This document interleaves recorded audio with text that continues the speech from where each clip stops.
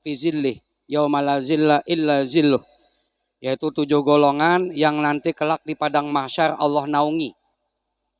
Seberapa perlu kita dengan naungan Allah di padang mahsyar, maka setakut apanya kita dengan cahaya terik matahari yang panas, maka sebesar itulah kita takutnya dengan padang mahsyar. Nggak usah padang mahsyar, nanti pulang ya, ketika panas-panasnya terik matahari, naik ke atas loteng, ke atas atap yang seng itu, atap seng. Kalau punya atap seng, silahkan lepas pakaian, lepas celana, berbaring di situ jam 12 siang. Kalau sanggup, luar biasa. Saya yakin gak sanggup. Bayangkan padang mahsyar itu dikatakan matahari sekilan. Saat itulah manusia, bahasa Banjarnya pada kipuh, pada baca cari bahasa Banjarnya, mencari kenaungan Allah. Nah ada 7 nih, mudahan kita termasuk. Pertama, ialah imamun adil, yaitu pemimpin yang adil. Kenapa? Karena layak pemimpin yang adil ini di padang mahsyar Allah lindungi. Artinya bila di padang mahsyar dilindungi, ini potensi surganya cepat. Karena di padang mahsyar saja sudah diperhatikan. Apakah lagi nanti di hari pertimbangannya. Nah, imamun adilun ini sangat berat. Kenapa? Karena kalau kita baca riwayat Umar bin Abdul Aziz, seorang pemimpin yang sangat adil, itu ketika diangkat jadi pemimpin beliau nggak mau. Menangis beliau nggak mau. Sampai masyarakat datang ke rumah beliau, ngepung rumah beliau, ngancam beliau, wahai Umar bin Abdul Aziz, kalau engkau nggak mau kami lantik jadi pemimpin, maka maukah engkau menanggung semua dosa kami seandainya orang lain memimpin lalu kami ini menjadi maksiat. Akhirnya terpaksa beliau pun menerima tampuk jabatan itu. Nah, ketika beliau menerima tampuk jabatan, apa yang terjadi? Beliau hidupnya menderita. Beliau pengumuman sama istri-istri beliau, ya istri-istri beliau ya. Ya orang dulu memang begitu, istri-istri beliau, bukan istri beliau. Jadi Umar bin Abdul Aziz juga 4 istrinya. Nah, jadi istri-istri beliau. Dikumpulin juga tuh budak-budak beliau. Apa kata Umar bin Abdul Aziz? Wahai istri-istriku, wahai khadam-khadamku, budak-budakku, pilih, ini saya lagi diangkat jadi pemimpin. Maka saya memberi engkau pilihan, wahai istriku, kalau pengen minta cerai maka aku ceraikan. Tapi kalau kau masih bertahan dengan aku, maka engkau akan menderita selama aku menjadi pemimpin. Kenapa? Aku yakin selama memimpin, aku tak ada kesempatan untuk menghiraukan kalian. Terbukti Umar bin Abdul Aziz memimpin 2 tahun setengah, itu cuma 2 kali mandi junub. 2 tahun setengah. 2 kali hija mandi junub berarti menggatok bini seapa putarannya. 1 tahun saperapat. Ini kada bilang saban hari mandi wajib sih din. Japangin tah. Itu memang berat jadi pemimpin ini. Umar bin Abdul Aziz lagi musim dingin luar biasa, itu banyak orang kesakitan musim dingin. Jadi pada-padanya mencari air panas. Lalu Umar bin Abdul Aziz ditawarkan oleh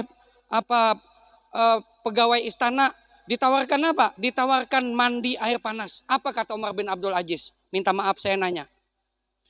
Itu kayu bakarnya, alat untuk memanaskan airnya dari mana? Pakai dapur negara. Oh enggak, saya enggak mau pakai dapur negara. Tapi Tuan ini kan wajar, Tuan kan pemimpin. Ini namanya fasilitas untuk Tuan. Enggak mau beliau. Kalau Tuan enggak mau, kami kehilangan khalifah, Tuan bisa meninggal. Ini lagi musim dingin. Akhirnya pegawai istana pun mencari akal. Bilang begini, gini aja udah. Wahai khalifah, gimana kalau begini? Kami hitung berapa biaya keluar dapur negara, nanti engkau ganti. Oh kalau begitu siap. Allahu Akbar. Sidin haratan menulis surat untuk negara-negara lain kan, kerja pemerintah, kerja negara. Datang itu anak beliau, Assalamualaikum Mbah. Waalaikumsalam. Jangan masuk kata beliau. Kamu keperluannya apa? Kamu keperluan sebagai rakyat atau keperluan antara ayah dan bapak? Keperluan antara ayah dan bapak. Oh, tunggu dulu. Beliau tiup lampu yang bernyala itu kan pakai minyak negara. Pajah lampunya. Kata anak beliau, bah kadap baik. Musiata sipak. Bah kadap. Kenapa dipajahi? Ikam keperluannya negara nakai. Ikam keperluannya nakai keluarga. Abah lawan anak. Abah nih lagi urusan negara. Nih lampu nih. Abah pajahi dulu. Ya Allah. Jauh lalu pakai mobil dinas tuh dibawa piknikan jauh benar. Kada gegampangannya ditakuni Tuhan. Imamun adilun. Ya kah? Kemudian nih, ulun bertimer lah. Kemudian yang kedua, rajulun zakarallah nasya'a fi ibadatillah. Yang kedua adalah seorang laki-laki yang rajin beribadah kepada Allah. Nah, ini yang kedua dinaungi Allah. Ustadz Ibnu masih pemuda ya. Pemuda. Sama masih pemuda juga. Insya Allah. Jadi ini mau ada pemuda enggak nih terlihat nih? Kenapa pemuda ini istimewa kalau rajin ibadah kepada Allah? Karena kalau orang tua itu wajar. Umur sudah sanja. Para bedok maghrib sudah. Sadangai berbuka. Tapi kalau pemuda ya Allah tantangannya besar. Apakan lagi ini zaman pemuda plastik jurang. Kada karuan kakanakan wayah ini. Ulun bahari lagi mondok pian ya Allah. Bulik ke kampung. Tarawih. Itu bila kawan tuh lah lewat muka rumah. Tarawihnya tuh lah ke masjid. Itu begandengan. Dua binian. Surang nih yang namanya bahari remaja asa kacarai mah. Nyamannya daging mana pagi Jubaidah digandeng. Siang Ramlah ya Allah. Nah malam Dahlan. Nih. Gandengan pacarannya, ini beramian aja kakanakan tuh masa beramian, tapi hakun ambil waktu untuk ibadah ini dapat naungan daripada Allah karena masih muda tapi rajin ibadah. Yang ketiga adalah rajulun kalbuhu muallakun bil masajid, seorang pria yang hatinya ini senantiasa terpaut dengan masjid. Masya Allah, imam kita tentu terpaut dengan masjid. Muadzin kita coba ada terpaut sareki urang. Cari urangnya Pak. Nah, ini terpaut dengan masjid. Kenapa? Maksudnya kenapa tidak ada sesuatu yang paling dirindukan kecuali masjid. Rasa pengen ibadah terus. Bila melihat masjid asa tenang. Ini melihat masjid pabila tuntung jar sembahyang amun kawa dilakasi. Sembahyang tarawih aja bapilih imamnya nang paling cepat. Namun imamnya paling lambat berjauh sih den. Kada betah ibadah. Ya. Kemudian yang keempat rajulani tahabbani fillah ijtama alaih waftaraka alaih. Yaitu dua orang sahabat yang mencintai karena Allah. Maksudnya bersahabat tuh karena Allah. Ulun pokoknya bila ada tuan guru tulah patuh. Ulun pasti berucap kayak ini. Ini uhibbuka fillah. Ujar sidin wa ana aidon. Ulun dua guru ulun kayak itu tarus bila diucapkan dua paguruan gitu. Ini uhibbuka fillah. Ulun mencintai pian karena Allah. Jar sidin wa ana aidon dragap sidin. Untungin tak? Ya kalau artinya apa? Kita mencintai itu dengan ulama, dengan habaib. Karena almar'u ma'aman ahab. Dan orang semacam ini dapat kenaungan. Ya iyalah. Kalau cintanya gue sekumpul kan ada bahteranya tuh. Ya jelas enak dong. Karena kenaungan. Kemudian yang kelima itu adalah rajulun. Da'athu imra'atun data mansabin faqala inni akhafullah. Seorang pria kada mesti anom atau tuha. Ini seorang pria. Diajak babinian bungas dan punya kedudukan. Buhan pian nih. Di kiau babinian. Singgah. Tapi lain warung jablay. Warung jablay itu lain jatah mansabin. Biniannya nih sugih. Ya Allah punya kedudukan. Nah itu nang menggoda pian nang kaya Nabi Yusuf dua julak leha. Nah persis kayak itu. Siti Juleha kan punya pangkat ya Allah. Ngintu nang menggoda mana bunga Siti Juleha nih. Nang kisahnya Nabi Yusuf diperkosa ada kala. Nah, tuh saking gantengnya Nabi Yusuf tuh diperkosa.